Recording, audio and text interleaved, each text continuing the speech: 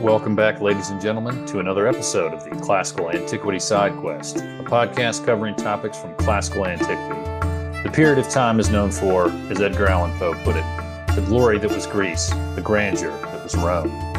Our next side quest will take us to ancient Greece, where we will learn all about the sports and sporting events that kept the Greeks busy in their free time.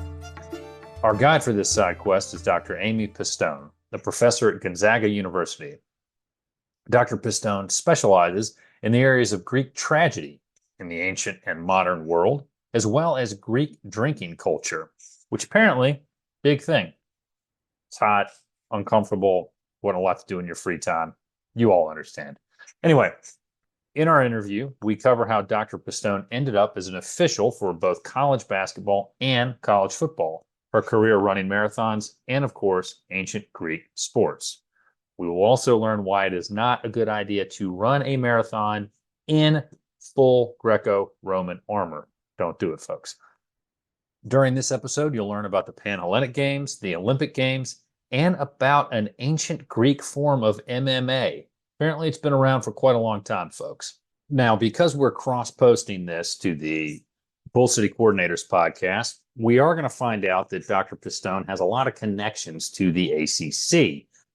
Well, its current form anyway, and what it's going to become starting this season as we see the end of the Pac-12. So I think everybody who listens is going to enjoy this discussion. It's going to have broad appeal, both in the antiquity field in which the Classical Antiquity Sidequest runs in, and the athletics field in which the Bull City Coordinators podcast runs in. So apologies if we turn this into some sort of a cheap podcast crossover, which is a Simpsons reference that I'm making in case my friend Greg, who runs This Might Be a Podcast, is listening, which now we're tying into like 3 podcasts. But anyway, enough of me rambling like a crazy old man. Let's get on with the interview. Dr. Pistone, how are you? I'm great. How are you doing? I'm doing just fine. Thank you so much for coming on. And one thing that I like to do with new guests is get into their origin story. So tell us how it is that you got into the field of Greek studies and got to your current position. Yeah, so I actually started off in college as an electrical engineering major and was taking Greek myth just sort of as a breadth requirement course, and I loved it, loved it, loved it. And when I asked my TA how I could learn more about this stuff, it was he said that I should, if I wanted to go to graduate school, I should start studying ancient Greek. And I never asked the follow-up question of, what do you mean graduate school? I just sort of took him at his word and started taking ancient Greek the next semester. And so eventually I bounced around majors a bunch. I was physics, history, eventually ended up in classical languages, where I studied Greek and Roman languages, civilization, culture. And after graduation, wasn't really sure what I wanted to do. I worked in finance for a couple of years, and but I knew I wanted to teach in some capacity, and applied to graduate school and got an offer from Michigan, and so that brought me here. So I got my PhD and taught at Notre Dame for a couple of years, and now I am here at Gonzaga University, where I get to teach all kinds of different, mostly Greek, but Greek and Roman, but heavy focus on Greek. Did you overlap in undergrad? I saw you went to soon to be ACC powerhouse Cal, potentially. Did you overlap with future ACC legends, Aaron Rodgers or Marshawn Lynch? I did. I Nice. Short-lived glory days of Cal football. So we went to the Holiday Bowl, which was kind of where we peaked. But Marshawn Lynch, we really had a brief glorious moment there, and it set a really unfair expectation of what Cal football would be by being there for a really but yeah, it's Cal football hurts, man. That's it's a hard place to be a fan of a football team. But yes, I was there for all of these traditional ACC powerhouse legends. Well, I understand painful football as a Duke football fan, so I get it. I mean, my undergrad institution, College Charleston, had no football, so we're still undefeated. So it's great. Now, Gonzaga has a delightful shirt that has, we were undefeated since 1942, something like that, that Gonzaga football, when we discontinued during World War II, discontinued our football program, and we are undefeated since then. So, can't hang that banner. can't lose if you don't play. Boom. Forget it. So tell us a little bit about your main areas of focus. What are your main fields that you spend most of your academic professional time on? Yeah, so I got started working on Greek tragedy, and that was my dissertation, was on Greek tragedy and how oracles work in Greek tragedy, these sort of riddle oracles that are always misunderstood. But I also worked on drinking games a bit, and as we're going to talk about today, sports. And it took me quite a few years before I realized that there was some kind of through line between these, which really is sort of competition. I think I'm really interested in competition. And Greek tragedies were performed in this very competitive situation, these festivals where all of the plays that we have that survived from ancient Greece, the tragedies were all performed in these competitive situations. And so I think really kind of competition in ancient Greece, if I had to summarize it, is probably the central through line of things that I work on. How were the tragedies done competitively? I that's hard for me to. The closest kind of thing in my mind I can think of is figure skating, where it's decided by a judge. But how did that work? Mhm. Yeah, so it is a judge based thing, which if I have some qualms about whether, oh, this is going to get me in trouble. I have some qualms about whether things that have judges are proper sports. I do, when I teach classes on ancient sports and we want to like define what makes a sport and like the platonic form of a sport. I'm actually a little bit skeptical. I don't really think in my heart of hearts that things that have judges as compared to something where like if you get judged on whether you're smiling or whether you have, a nice outfit or something, I just don't know that I think that is as much of a sport as something that is a little bit more skill based and not objective, or not like a subjective observer based. Anyway, that is beside the point, which is to say that so tragedians, so the different tragic playwrights, and we have three that survive in any meaningful number. So Aeschylus is our oldest, and then Sophocles and Euripides are our three major tragedians. But there are a bunch of others out there whose works don't really survive. And basically, you would like propose what you want to do. There would be funding for the group of people that would be in your play. And so then you would train, you would prepare, you would do all of this stuff. And then three tragedians each year would get to put on three plays, and eventually they'd be added on a satyr play. So three tragedies and then one kind of goofy version of a play at the end. And you would have judges from each of the different demes. So sort of counties maybe is the best. So sort of divisions of Attica, the region that Athens is in. And so you would have judges, and the judges would all vote on which one they think should win, and they put their vote in a jar. And then there was this element that I think is fascinating. In addition to, so all the votes go in there, but you don't count all the votes. You only pull a certain number of votes out. And so the person who didn't get the most votes could win. If by luck and chance, like all of the votes came out in a weird order, you actually could have someone who didn't get the most overall votes. So each district kind of gets a representation, and I should have looked this up in advance. The number, it's something like 6 or 5 or something. So there'd be a certain number of pebbles that you pull out on those votes. And so then it would be whoever got the most out of that. And so like you could easily win 4 out of 7 pebbles that are out there and still not have a majority of the votes. Like you may have lost 4 to 6 overall. And this was the way, generally how they talk about this is that this was letting like the gods also got to, or like chance, fortune. But this is the way that the gods also got to vote in terms of the randomness of the pebbles being picked out. I do think with a lot of, and this is how they would do jury trials as well, like there's a real concern the way they talk about why they do something versus probably the actual function. Maybe to prevent cheating, so that you can't bribe judges, because it gets much more complicated if you make the jury huge. It gets much more complicated to bribe the jury, right? If you have like this kind of chaotic randomness in the voting, it gets much more complicated to try and break a competition. And so I think that's probably part of how it worked. But yeah, so the plays would be performed, and a lot of the plays that we know, like we know plays beat out some of the most famous tragedies. So some of these plays that we think of as just like this play, Antigone, or like some of these plays that are really famous and really well known, did not win, and kind of no name people beat them out for whatever reason. With tragedies, we don't get a lot of information about why someone lost.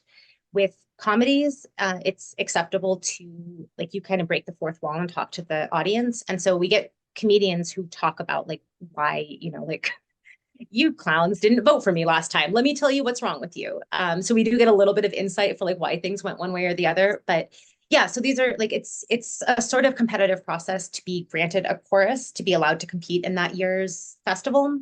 And then it's also like a competitive process between the three different playwrights to see who's going to win for that year. Now, you talk a lot about competition and judging competitions. You know a lot about rule keeping and rule enforcing during competitions. Can you tell us a little bit about your background as an official? Yeah, absolutely. Look at that segue. That was beautiful. I tell you, you'd think I'm a trial lawyer, you know? Yeah, almost would. So yeah, I actually got started in officiating because I was very angry at the sport of basketball. I got benched during my senior year, and I'd been on varsity for 4 years, and I got benched my senior year, and I was so mad at like the sport of basketball. Like I gave up going to school dances and prom, like I all this stuff because of basketball, and I got benched. So I get to college, and I'm still kind of just mad at basketball. And they were advertising for intramural referees, and I was like, great, I'll make some money off this stupid sport that I hate so much. And so I started, it was like halfway through the first semester. I was like, I miss this so much. I want to join a team. I'm sorry, basketball. I could never hate you. But so yeah, I got started reffing intramural basketball, and I did basketball and soccer in intramurals. And then when I graduated, I kept working because I was working finance on the West Coast. I had my afternoons totally free. So I started working high school basketball in the Bay Area, Oakland area, Alameda, Berkeley. And then when I moved to Michigan for grad school, I kept doing it. It was a good way to make some money on the side, and I really liked doing it. It's a good way to make sure you go get some exercise from time to time. You have to run around and enforce the rules. But I was mostly just doing basketball and soccer, which were sports that I played. And friend of mine that I played fantasy football with at the time was like, you like football and you like refereeing. He was someone I knew. The fantasy league that I played in at the time was all former intramural referees. And so he's like, you like football and you like reffing, you should try putting them together. They're always looking for more officials. And so I went out to a rookie clinic, and I was like, if I hate it, I just have to work enough games to pay off the uniform, which, like, football, there's so many pieces to the football uniform. You have a hat, and you have bean bags and flags and all this stuff. I was like, if I pay off this like $150 starter kit, then I can quit if I hate this. And way before I paid that off, I was like, nope, I love this. This is so much fun. And so yeah, I've been doing football since 2011, maybe.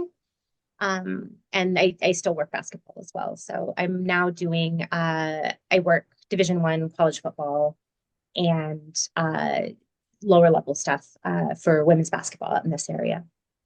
So, what is the highest game as far as championship or bowl game that you've gotten to? I ask because my claim to fame for sports is public address announcer for the D3 field hockey national championship one year. Nice.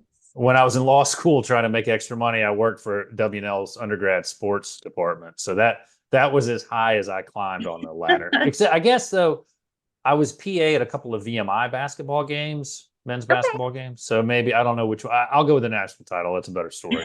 I don't understand field hockey, National though. title Yeah, is let me tell you, I watched 3 years worth of field hockey. I do not understand that sport at all. If you ask me about a penalty corner, I'm just gonna leave. Like I got nothing. Well, it didn't stop you from making the national championship. Well, I just happened to be hosted at W&L that year, so I was there that day. But yeah, let me tell you, that sport so confusing. But that was primarily what I worked were women's sports, a couple of the men's teams, and then I did some cover stuff at VMI. But how high have you gone? What's the biggest game that you think that you've been an official for? So I have not worked a bowl game, hopefully, knock on wood. So I just moved up into so I am bowl eligible as of last year as an official. So I work in the MAC conference. So I'd been in the FCS, Missouri Valley Conference for a while and got to work playoffs there, which was fun. I was down at Sac State for a playoff game in the pouring rain. And then I got promoted to the MAC. So I am now in a bowl eligible conference. So fingers crossed I'll get to work a bowl game at some point. But yeah, I would say, man, it's hard. So playoffs, FCS playoffs was really fun. I got to work a Washington High School State Championship this year, which was a cool experience out in Husky Stadium, which will now be a Big Ten school, which is the MAC is part of they call it the consortium, the COC, so the Collegiate Officiating Consortium. So Big Ten, MAC, and Missouri Valley are all kind of in one big umbrella. And so officials, kind of work your way up that ladder. And so, one day I might get to go back to Husky Stadium as a Big Ten official. But yeah, so the playoff was a cool experience to work. It wasn't a super close game, but it was a fun game to get to work a state championship.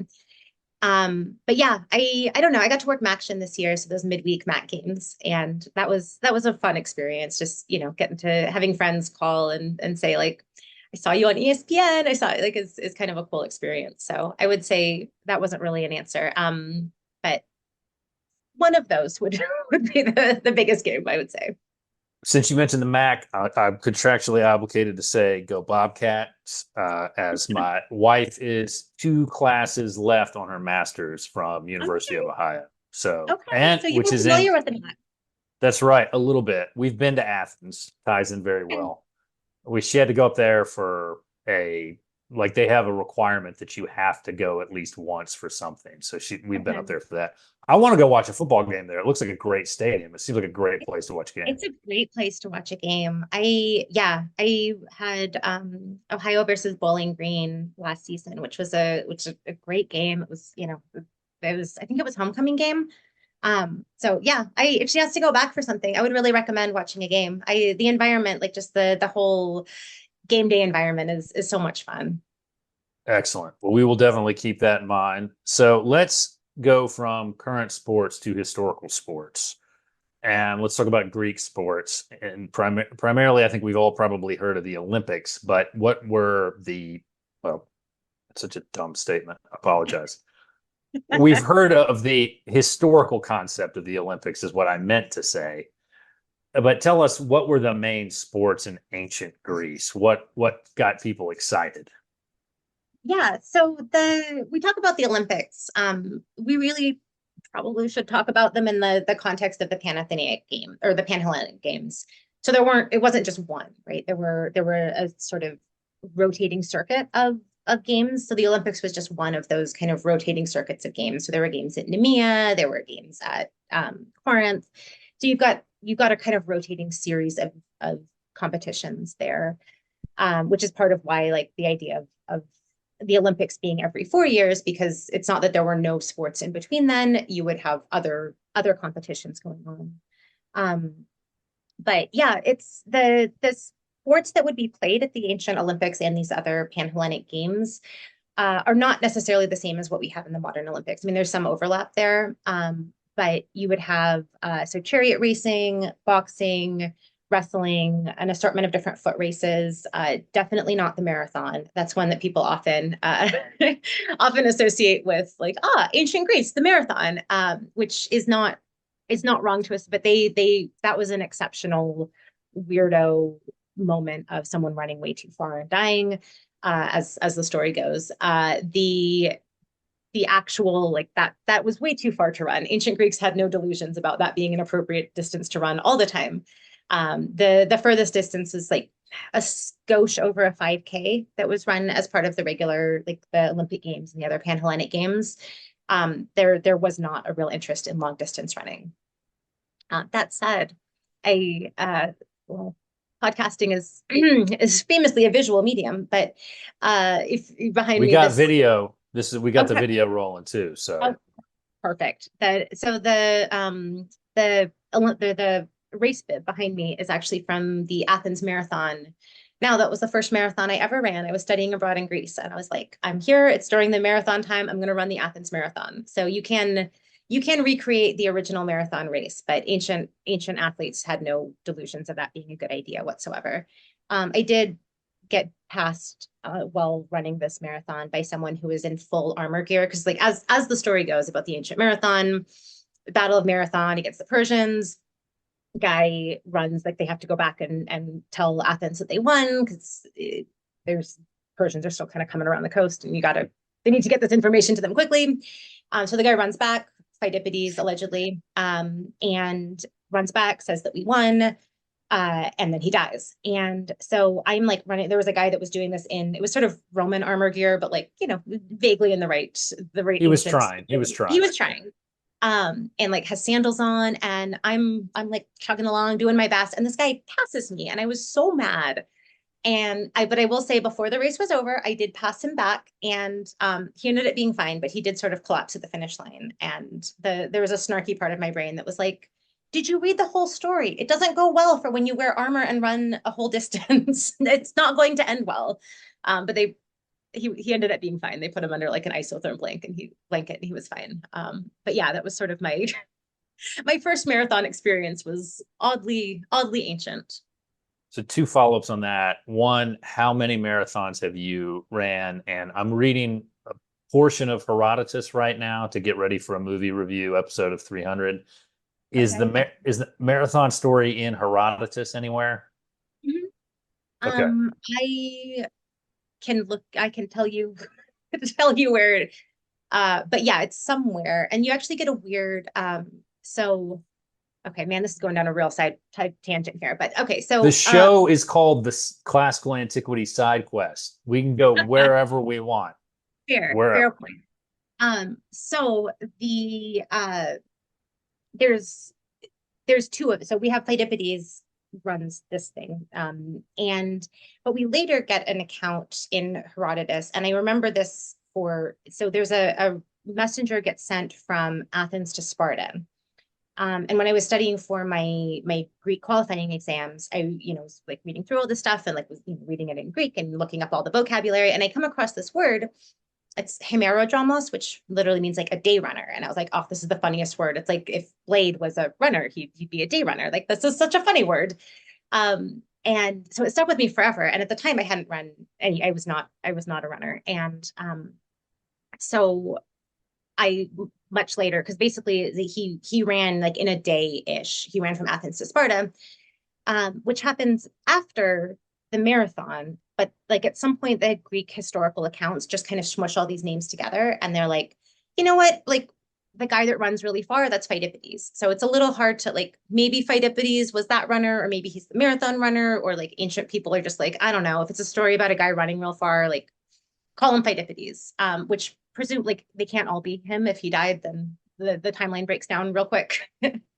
Historical records from that era are spotty at best. Like no one cares that much. It's the general vibe of like, oh, this is a Pheidippides story, right?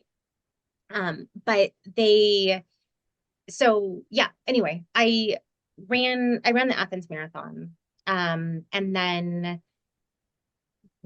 oh God. So I was like 20 at the time, and I hadn't really trained. I hadn't run more than 7 miles in my life before, but I was there, and I was like, when am I going to get this chance again? I was like, I'm just going to keep moving. I'm going to do it. I finished around 4.5 hours. I was like, cool. I did it. Like, great. I was very sore for the next week, but that didn't have any like really serious consequences from running a marathon without training. So like 7 years later, there used to be Nike Women's Marathon in San Francisco, and you like run up the Pistone. It's way too hilly. And around mile 18, turns out sometime between the age of 20 and the age of 27, I lost my ability to run a marathon without training. And so around mile 18, like I was in pain. There are some rough pictures of, they had a photographer right at the top of one of the hills, and like my IT band is just gone. Like my IT band is shot, and I'm like hobbling up this hill, and like, just look, it's just like the agony of defeat kind of phase.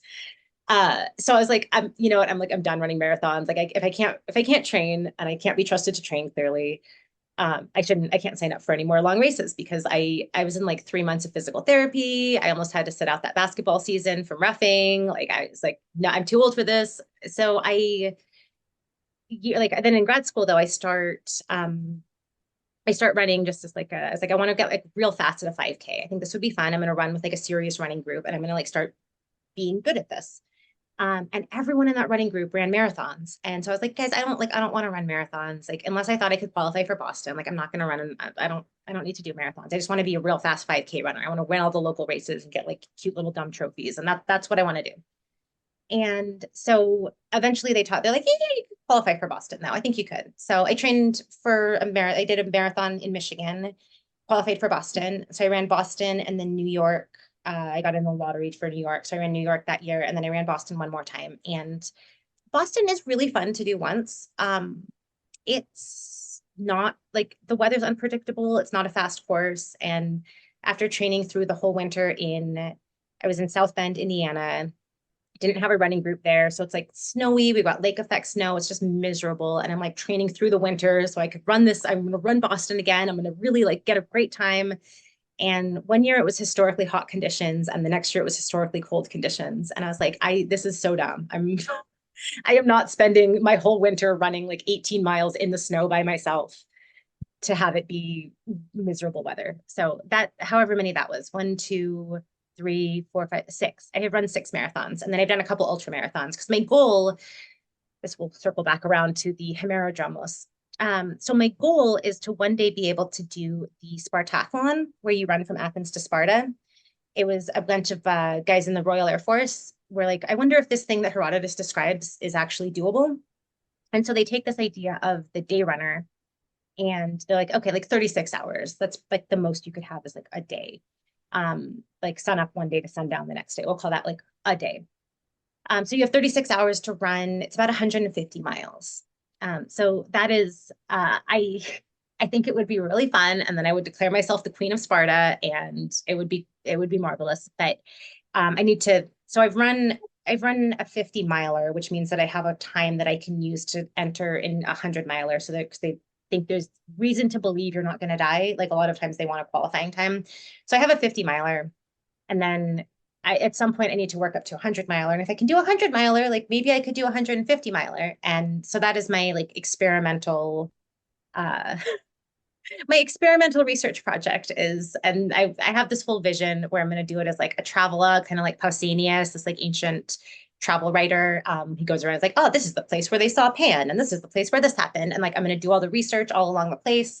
And I'm going to do this like ancient travel kind of Herodotus, Pausanias style running to Sparta. Again, I have a lot of work to do between here and there, but that is a pipe dream down the road of recreating. It is doable. People do finish it every year. So apparently Herodotus wasn't completely crazy in saying that someone could run that in a day-ish. It was sort of proved correct. And now they run it every year as a fun extreme endurance event.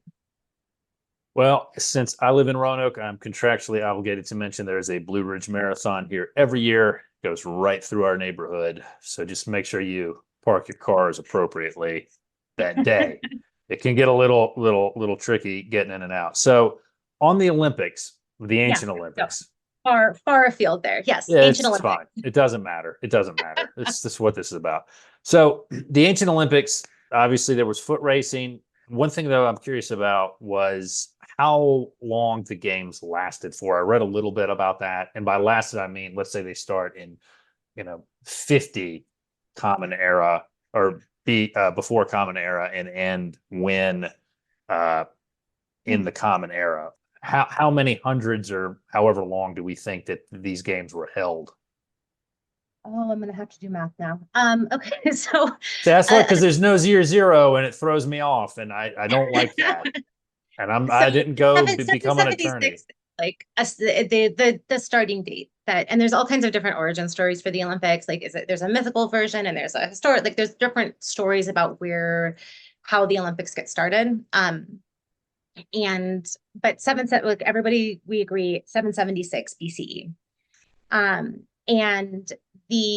So yeah, we would have to do math. But so what are we talking? It's so Theodosius is the guy who ends them, and that's going to be 393. So whatever 393 plus 776 minus one is, that would be how many years we're talking. So 1,000 and change. Gotcha. Okay. And that was because there was some thought that they were pagan in origin, and we've moved past that as an Mhm. empire now. So y'all are gone, basically, right? Yeah. And so our ancient games all have associations with gods. A lot of them are attributed to like our sources, as you know, our sources are all over the place. But they generally have, so like the Nemean games are usually associated with Heracles. There's a couple variant things, but usually associated, like Heracles founds those games. Olympic games are a little complicated, but so we have all of these different, but like they have clear connections to ancient gods. You would swear, there was an oath you would swear to Zeus not to cheat at the beginning of the Olympics, and so like they all have these connections to pagan gods, and you also get like a lot of the bad emperors. One of the things, like I think our sources don't really like say anything either way about this, but I do think there is an interest by later emperors to distance themselves from some of the bad emperors, and like you get just weird stuff happening with like Olympic games or with some of the like spectacles in the arena. So like gladiator-ish kind of things with some of the emperors who were, Nero, Caligula. And so I think there's kind of an interest in getting away from that kind of spectacle in general, because that's not the vibe that like Christian emperors want to be putting out there. So, recreating a Greek mythic battle in the arena where the emperor kills people with snakes tied onto their legs like they're giants. And in Greek mythology, giants always have or giants often have snaky legs. And so that starts to be on a variety of fronts, not in line with the values that Christian emperors kind of want to promote. And so we get away from all of those kinds of events later. But yeah, for quite a long time, it is still something that like across the Greek world at least, and then things change a bit when we start moving into the Roman world, where athletics hold a very different place. This is pivoting a little bit, but in the Greek world, athletes are really held up as heroes. And a lot of our so one of the things that comes up a lot when we talk about the Olympics is everyone's naked. And there's kind of a couple reasons for why everyone's so naked, but one of them has to do with like we're thinking, so nudity is very closely linked with heroism. So we talk about this a lot of times as like the heroic nude. So if you see any male figure in like a statue or whatever, whether you see this with gods, but also like a lot of prominent real life people who have statues. All of our vase paintings, right? When we're showing heroes, they're generally naked. And this is in part like the heroic nude. So there's this real ideal of this like perfect male body, and we want to show it off. We want to glorify it. It's this like prime of youth kind of moment, which is a very different, like by the time we move to the Roman era, statues start to get like people have seen some things. Like you're seeing wrinkles, you're seeing like people aren't trying to portray themselves as this like perfect form. But in the Greek world, like there's really this kind of emphasis on like this effie, this like young male athlete at the prime of his life, as like that's the ideal. And so in part, our athletes and our heroes are very closely connected to one another. As the story goes, the reason that they compete in the Olympics naked is so that you can't accidentally have a woman sneaking in. So there's kind of two factors there, but that's a way to make sure that you don't have women sneaking in, because and now everyone has to be naked. So that there's two different elements there. But one of the things I think is really interesting is that in the Greek world, athletes are like put up on these pedestals. They're treated like gods. They're treated like heroes. They're venerated.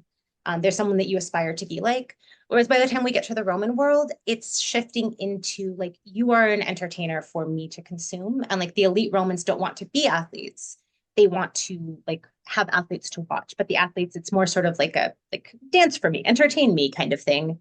And the kind of dominant vibe is not a good aristocratic elite man should want to be like an athlete.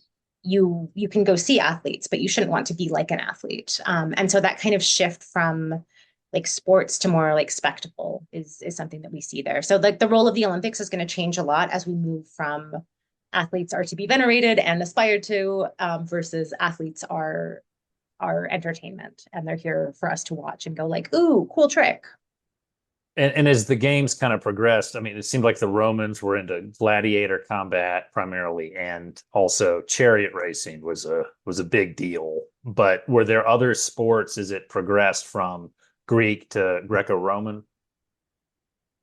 Yeah, so I'm trying to, I mean, the one that we talk about a lot is the rise of chariot racing as a like it's sort of I would say that soccer is probably the closest like soccer football in the European where you have like clubs and there's like this culture of we have the Nika riots in Constantinople where so you're getting this like the fandom kind of becomes a big thing where you don't really see the same level of collective fandom. So like chariot racing is this place where like they had chariot racing in the Olympics.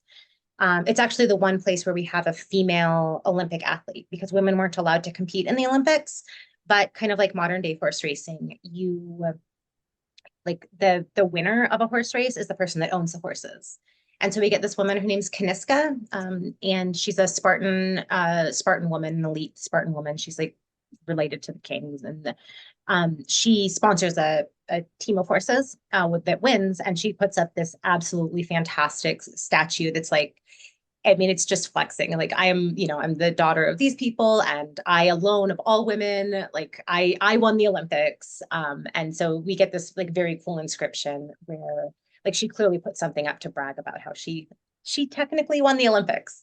But yeah, but it's never you don't have whole teams that are rooting for a particular chariot. Whereas when we move into this kind of like team chariot racing context, then it becomes much more like you have your sort of like, you know, your Man United fans or whatever, who have like that is an identity. And that's something where like, yeah, you might go out and get in a fight with the Chelsea fans after the game or whatever. Like that's you get that kind of element coming through much more as we move into like Rome, especially like later Roman Empire.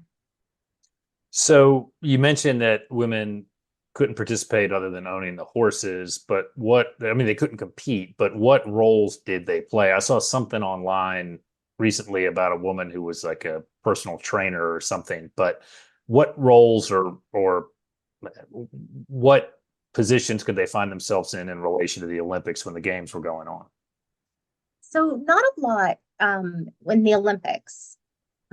So we get little bits and pieces of women that are sort of peripherally involved in these things, but for the most part, they're not allowed as spectators and they're not allowed as athletes. But there were a handful of different races or like events, competitions that were just for women. So there is kind of a women's sports circuit, something like that. They just aren't really allowed to compete with the men. But you do get so the Haraya, so it's a festival that was in honor of Hera.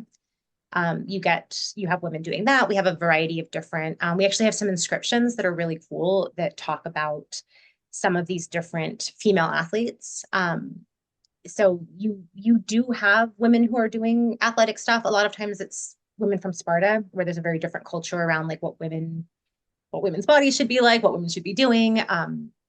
So a lot of them are Spartans, but then you also have as we move into later time periods as well, you do get some. I just love this because we have a really fun surviving. It's like a Steely uh, female gladiators as well. So we do know that there were female gladiators, not a ton, but yeah, in terms of the ancient Greek context, they really mostly have their own stuff that they're doing, and there's different events. There's one Aplabates, it's sort of a chariot to running event. So you hop off the chariot. So we had a lot of these, and oftentimes, like most of the physical things when women are being praised for their physical accomplishments, it's usually sort of younger girls. So before you're at an age where you're supposed to be getting married and doing like married lady things, having kids, and there's an assumption that you're sort of less outside of your house at that point. But for younger girls, there's a lot of like you can, running around, and we get a lot of we mostly see this through sort of coming of age festivals, like rite of passage kind of festivals, where we see women talking, they're being praised for their athleticism. They talk about like, look at them running around and jumping and all of this stuff. But it's for the most part, like obviously ancient Greece isn't a monolith, but for the most part, it's seen as being something that like it's okay for young women to do, assuming it's in the right time and place. But older women shouldn't really be doing that so much. And were the games pretty much the same as the men would participate in? That is a good question. I'm trying to think, like I would have to kind of go through the events that we know happened. It was mostly racing events, like foot races, and things of that sort. I don't know that we have women boxing at all. I'm just trying to, I would have to go check and see which, but yeah, it's mostly the ones that come to mind, are all kind of foot race type events. And you mentioned earlier that different cities had different games. So I'm just curious, was it one set place where the Olympics would be, and then there were games in other cities, or did the Olympics rotate through very clean and not at all illegal or illicit bribery schemes, like may or may not happen today? Right. Yeah. Allegedly, bribery schemes. Yeah. So, they would be at they would have a set place. So like Olympia would host the Olympic Games. And we have, so there was a big statue, like Zeus. Zeus is kind of the prime god there. And so there's a big statue of Zeus. You would see out along, I actually really love, so you would have your oath that you swear before that you're not going to cheat. And the temple that had like all the Zeus stuff there, the temple of Zeus, in the metapiece, like the part where it's showing like pictures, inscribed sort of stories, pictures carved into the top of the temple, they have the story of, it's sort of, so Pelops, who is the son of Tantalus, mythologically, Tantalus tries to serve his son as a meal to the gods. This is just a real messed up family. So he tries to serve his son as a meal to the gods. Look, I got two kids. I'm just saying we've all been there. We've all been there. Yeah, fair point. So all the gods, with the exception of one, are like, ooh, gross. We don't eat people. Demeter was sad. Her daughter was missing. So she like eats a bite. So Pelops now has a like an ivory shoulder that the gods put him back together. Like good. Tantalus gets punished forever in the underworld for, this is where we get the word tantalizing. He is tormented by food he can't quite reach above him and water he can't quite drink below him, because he screwed up in the realm of like eating and drinking wrong. So his son, so we have one level of curse on this family. Then his son wants to marry this princess. Her name's Hippodamia, and you have to like win a chariot race to get the princess. And we get a lot of these sort of Atalanta, you have to beat her in a foot race to get to marry her. Like it's a fairly common trope. And so he bribes, like basically he cheats. He bribes the king's chariot driver to put a like wax peg in instead of wood, so it's the chariot falls apart. And so he wins, but he promises the guy, he's like, you can have the first night with the princess if you help me out. And then has a change of heart, and so kind of goes back on his oath and kicks this charioteer off of a cliff. And as he's like falling to his death, he curses Pelops and so like eventually this cursed family, you get a curse at like every level until eventually Agamemnon is the bottom of this cursed, messed up family. But so Pelops is this kind of story of someone who cheats at a chariot race. And so you get this whole story played out, like as you're giving your oath to like, I will not cheat. I swear to Zeus that I will not cheat. You're looking at the story of Pelops, who is like this famous cheater. And so, yeah, there's like very site specific elements of each of the games. And there are different, so we have a poet, Pindar, who writes victory odes praising Olympic victors. And so we know a lot of, different details about the specific games and the victors, because we get these long praise poems that Pindar writes about, like, oh, the guy that won the horse race this year is super great. And then it almost always, in kind of a weird way, it starts off with like, oh, he's great. He ran so fast, or his chariots were great, or his horse was great, or whatever. And then it pretty quickly pivots into like a cautionary tale of don't get cocky, don't think you're better than everyone. So they're like deeply strange as praise poems, because it's ostensibly meant to be honoring this guy, but like 95% of it is like, don't get any ideas. You're cool and we're proud of you, but don't get any ideas. And so, but yeah, so each of the places you would get sort of specific stories, specific gods, specific elements that are associated there. So there is none of this shady bribing. A lot of the things that make, I'm not going to say the ancient Olympics weren't like didn't have problems, but they are much less problematic to my mind than the modern Olympics. It was a place you would have like you would have like a truce for the Olympics. And a lot of this is the kind of thing that inspired the modern Olympics when people were like, we should have a modern Olympics. We should bring this back. It's these kind of the ideals of, all of these different places, and we're going to get together and we're going to celebrate sport and we're going to stop our wars. And like, maybe we can have, what we now call kind of like basketball diplomacy, but like, we're going to have like peace, and we'll compete in sports rather than competing in war. Like, it's a lot of those kind of ideas that inform the modern Olympics, but you also get a ton of other problematic things. We get the elevation of amateurism as this great glorifying, we must have amateurs. That is the only way that you can compete in the Olympics. The corruption, the labor problem, just all of the things that go around with the modern Olympics is you thankfully don't have that kind of stuff with the ancient Olympics. What you're saying about a truce during the Olympics is interesting because it's sort of like the Sunday truce in The Wire that they talked about, where everything's shut down for a day. But I find that interesting. I'm curious though, were there like different tiers? Like, we have major and minor league baseball, for example, where they're semi-professional stuff, amateur stuff. I mean, could people make a living being athletes? How did that work? Yeah, so there's not really amateur sports in that they sort of alluded to there isn't really like this idea that amateur, like there's something important about an amateur status. So that isn't like a separate tier of competition. Early on, it's only you needed people who had leisure time for training, which is only going to be elites. And so it's I guess kind of amateur in earlier days of Greek competitions.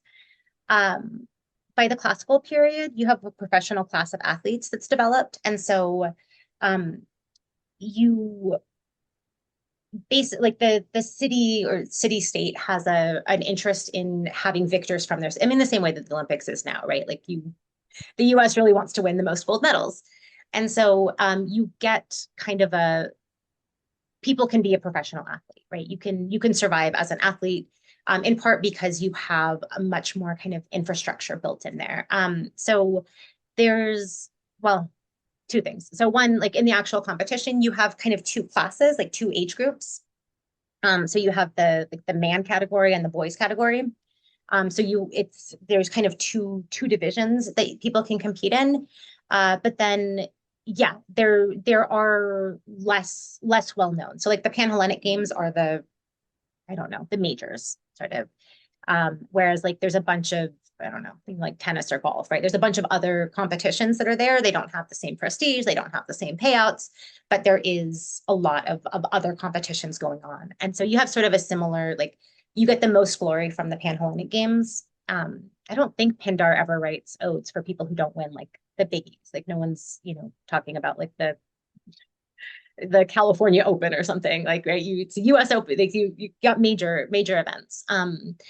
And so like Pindar I don't think, to my knowledge, he doesn't write anything that isn't for one of those major events. Like there's a real difference of the kind of prestige there. But yeah, in terms of like, I guess what you would think of as like, I don't know, AAA teams or the G League or something like that. You do have a lot of those kind of places where people can compete and make a name for themselves, even if it's not at the highest levels. And so did they have off seasons, or was it like a year-round thing for like, well, I guess when I think of Greek sports other than the Olympics as an entire thing, I think of chariot racing, for example. Was that year round, or was there like an off season where like LeBron is going to go recharge his batteries and be like, look, there is no reason that a man my age should still be this dominant in professional basketball. Yet somehow I'm able to do it. I mean, did they have that time to refuel? That's a really good question. I don't know offhand about like kind of the off season from those minor like the smaller tournaments because yeah, there's like a really rigid schedule for the major things, but I don't know. I will have to look into that. I will get back to you on that one. Okay. All right. No, it's a very good. I mean, especially the thinking about some of the really rough sports. Like you're gonna need a downtime, right? I mean, you're gonna need to. I don't. We have one really good. It's basically like a manual for trainers, and it's kind of a fun text in terms of. But I don't think like he talks that much about rest and recovery there.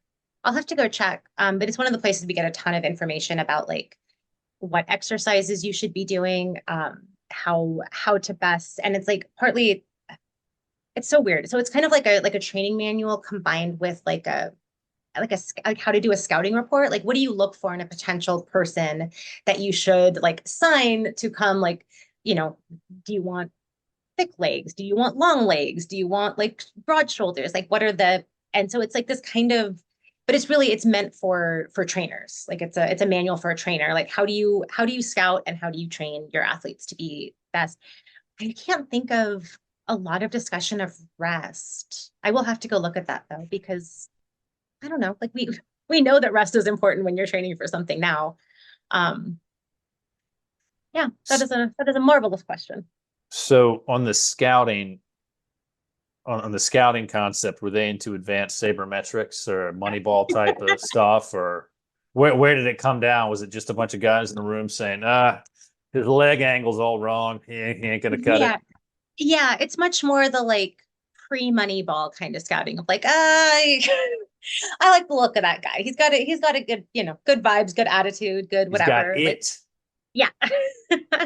Yeah, there's definitely like it's not completely vibes based scouting, but there is a lot of like, what do you think is most important for a boxer? Like, I mean, we still don't agree on what makes, you probably want long arms, but you need endure. There's different types. There's guys who can take a lot of the kind of like rope a dope boxers. There's boxers that are much more aggressive. Like, so in terms of what is the ideal physical type, it's pretty, I mean, they're just making stuff up. But there is an attempt to sort of systematize it, like they're acting like there's more science to it, which is how we do a lot of nutritional science these days anyway, of like, oh yes, we definitely know what the best diet is, and we definitely know all of these things, except like, you get a giant Eastern European guy who can just like wreck the NBA and looks nothing like the ideal athlete form. Like there's stuff you just can't account for. Like sometimes you look at Michael Phelps and you're like, nope, that man has supernatural lung capacity. I get it. That is what I think a swimmer should look like who is successful. And then you get like a Luka Doncic who's just out there like you don't look like you should be killing it, and you are. He looks more suited to a late weekend bowling, Miller Lite, Coors Light drinking Looks like tournament. he would crush it at like beer league softball or like one of those adult kickball leagues. Like, and yet somehow he's kind of unstoppable. It's It it really is unbelievable. I mean, it's really unbelievable. Now, you complimented my question asking. I'm going to completely ruin that with a pronunciation issue here. excellent. So uh, I'm gonna ask for your assistance here. Uh, a sporting event, pancration. Yeah. So I say pancration. A lot of people say pancration. They do that like TI. So it's literally it translates like like pantheism, right? All, and then the krat part, like it's the root like democracy, like that cross part, like power. It's like all violence, I guess. What All force. So t yeah, it's t this wild, like it's basically it's pretty close to MMA. So it's an event where you the only rules are that I mean it yeah, you biting and gouging the eyes.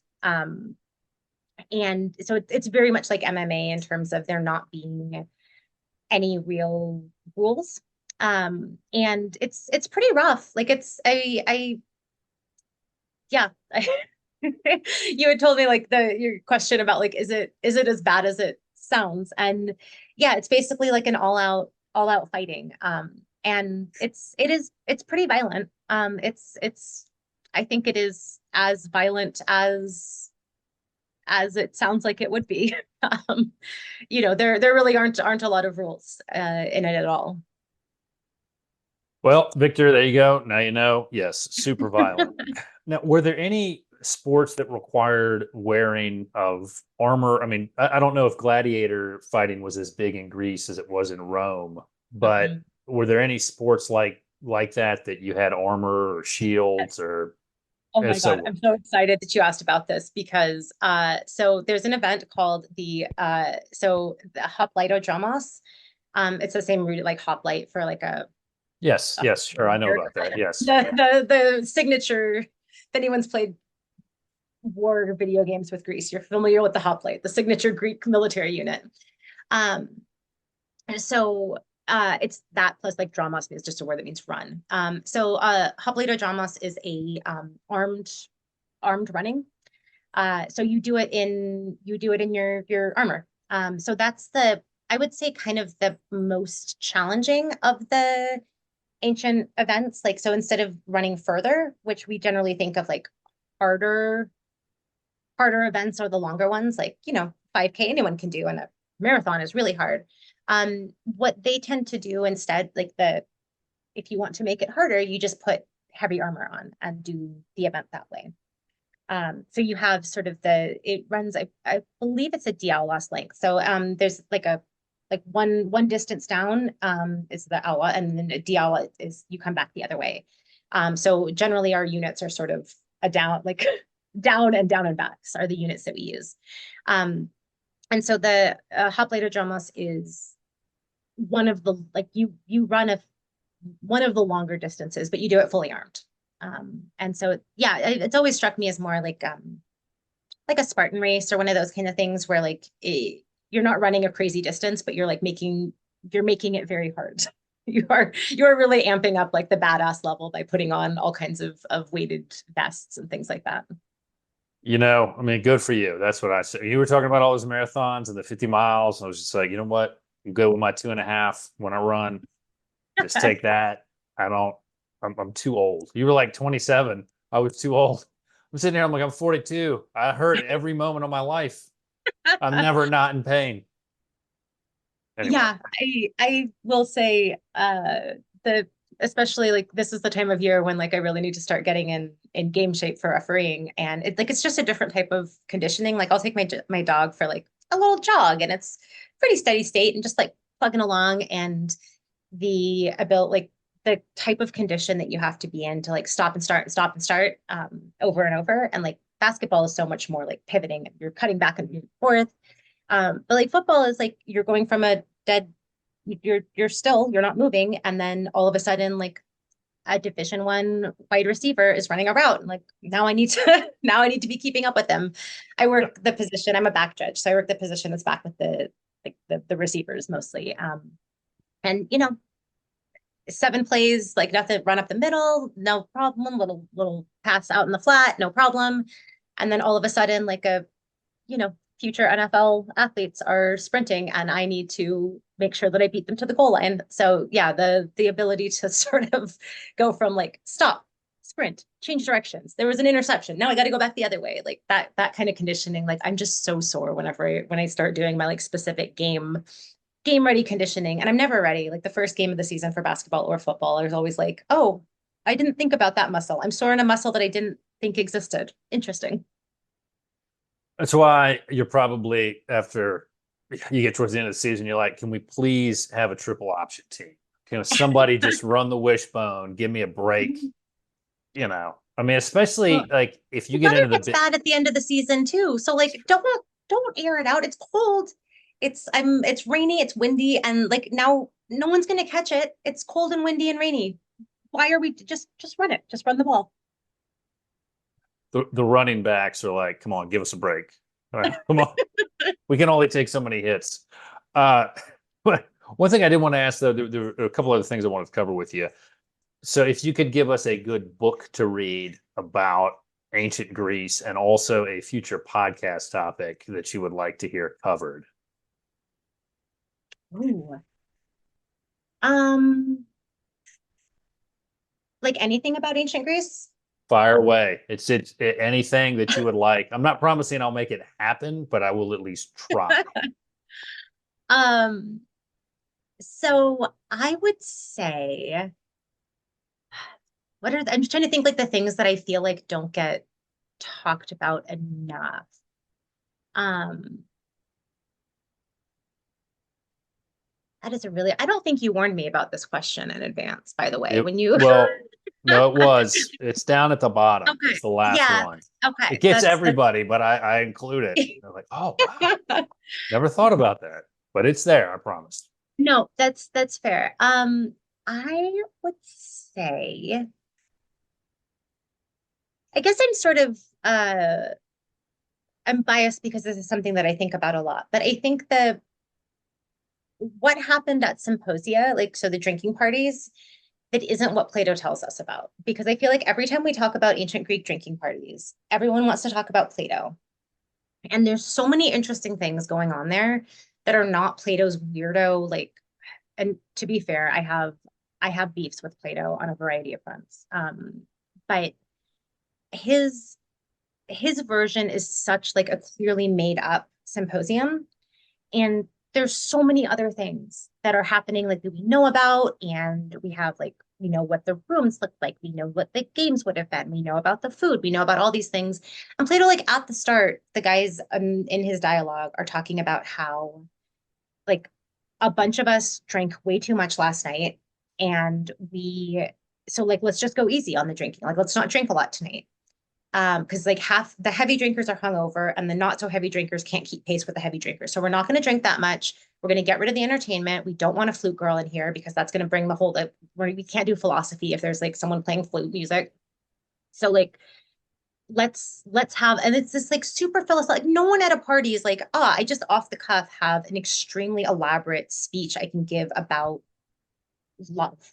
Like no one has that. And yet when every time we talk about the symposium, everyone wants to talk about Plato. And it drives me crazy because he's clearly doing something very different. And so yeah, I think I would love to have a podcast episode I could give my students where I can just tell them like, listen to the stuff that's not Plato. We can read Plato, whatever. It's great. It's a beautiful work, but I would love for people to talk more about like what happens at drinking parties. And like we have crazy fun stuff. Like there's a special word for the time where like after you've been drinking, you go wander around the streets and like the drunken walking around. Like we have a name for it. It's a whole thing.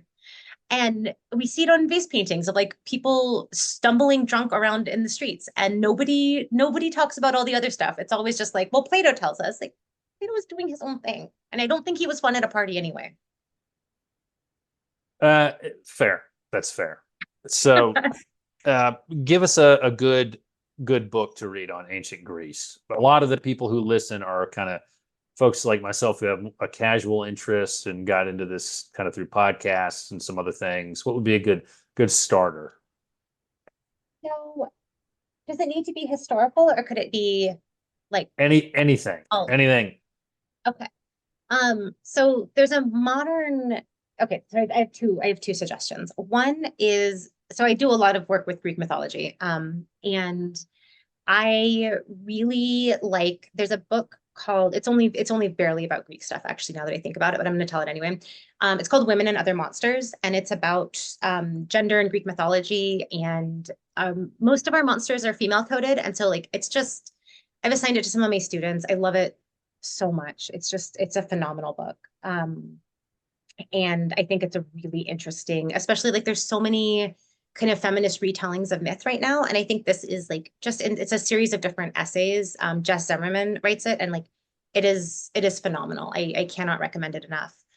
Um, I I'm just like looking over at my bookshelf here to see like what one I would most recommend. I just don't have a lot. I wanted to do something history related when you asked that. You didn't tell me about book recommendations for the I record. did not. That is true. I will concede that. I've added that at the last minute. Um, I Well, I'm actually going to stick on the like women in Greek mythology vibe. I really like uh there's a recent book by Ruby Blondell about Helen of Troy that I think is really great. And hold on, let me find out what the name of his it's like Many-Minded Man. Let me get the name right. Yeah, Joel Christensen, who he's a professor at Brandeis, he has a book called The Many-Minded Man. It's about the Odyssey. And it's like kind of a psychological look at through the Odyssey, and I really love it. And it's one that I've given to students, and they tend to really like it as well. So I would say those are sort of ones that aren't too like nitty gritty in the weeds, that are like fun and accessible to anyone. If people are into history, this is unrelated, but there's a book about Mongols that I just read. I am obsessed with it. It's Genghis Khan, Mongols in the Making of the Modern World, or something like that. I am obsessed with it. If people want Genghis Khan, Modern World. Yeah, Genghis Khan in the Making of the Modern World. It is phenomenal. I just finished it. And for someone who spends a lot of time thinking about ancient empires, um, like putting Alexander the Great, putting the Roman Empire like in context of what was going on with the Mongols was amazing. Like it has nothing to do with ancient Greece, but it is such a good like public accessible history book. Okay. That is a lot there. Maybe in the book on the Odyssey. No, I'm excited about that. Maybe in the book on the Odyssey, we can get a discussion of how it is so many Trojans survived what was supposed to be a war that wiped pretty much all of them out. Well, I you gotta have origin stories for all your cities. Like you need enough that like you can go found lots of cool new cities. But yeah, I get yeah, I mean, I just finished the Aeneid and I'm like, how can Aeneas be this confident about going to war when he should literally have like three guys with him? But yeah. there's everybody's Trojan is what I took away from that. Well, and like you get all of these other like yeah, you're just wandering around like Aeneas bumps up into like oh, there's like little Troy over here. Like people are just like yeah, there are an absurd number of things that want to trace their ancestry back to Troy for like allegedly because it's supposed to be. I mean, on some level, man, no, I'm just kidding. But on some level, like there's accounts that suggest that part of like the purpose of the Trojan War is that there's too many heroes. Like we just got to get rid of the heroes. Like whole race of heroes, we got to get rid of them.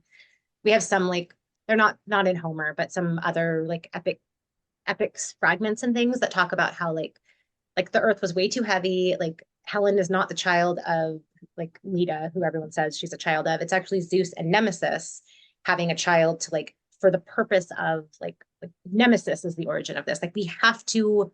There's too many heroes. The earth is too heavy. It's very much echoes like the flood narrative in the Hebrew Bible of like we just got to get rid of there's too much bad stuff here, we got to get rid of it, except the bad stuff is the heroes, and like it's meant to be a war that's going to decimate heroes, and like it's the end of the heroic age. Like nothing, Odysseus gets home and like he has a son, I guess, or whatever, but like it's really the end of the heroes. All of like that's the last major thing. Once everybody gets home from the Trojan War, like the age of heroes is over. Now we're in like the age of normal born people.